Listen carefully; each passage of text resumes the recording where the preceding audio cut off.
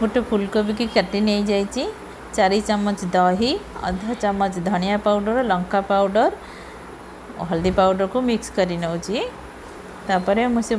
फूलकोबी की काटी नहीं जो फूलकोबी की ताको गरम पानी रे ताको सिझे नेबी अल्प टिके सिझे नेबी तापर एपटे मु काजू आउ पोस्त बाटी रखी ताको मिक्स कर नौची तापर कढ़ई रे मु तेल किछि 4 चम्मच तेल नहीं किने ताको कोबीटा को फ्राए कर नौची भलसे फ्राए कर नहीं जिबा मु कोबीटा को अल्प टिके सिझे सिझे अल्प टिके खाली तार कोबीर बास्ना जीवाई तार गरम पानी आम पकड़ा कथा तापर ताको तेल रे भाजी नौची हल्दी पाउडर आउ लुण देकिन ताको टिके फ्राए करने जे एठी मु लुण दे दोची आउ लुण मु आउ देबिनी एकाथरे लुण ताको एठी मु कोबी रे दे दोची तापर एठी मसला तैयारी करने जिबा जीरा आउ अदा 1 इंच आउ 2टा कंचा लंका नहीं जाउची ताको टिके बाटी नहीं जाउची तापर कोबीटा को भलसे एठी फ्राए कर नहीं जीबी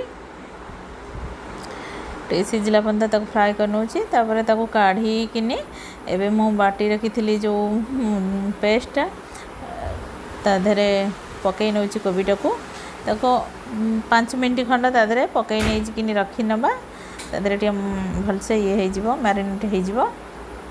कोबीटा तापर कढ़ई रे तेल नहीं जाऊ 2 चम्मच तापर गोटा मसला सब नहीं गोटा मसला पकई देछि तापर अदा और जीरा कंचा लंकार पेस्ट को पकई नहीं फ्राए कर नौची फ्राए कर सारा पर टिके भलसे फ्राए हो गला पर तापर आम कौन करवा से कोबी जो रखी थी गोलैकिनी मैरिनेट करिकिनी से कोबी की एबे मु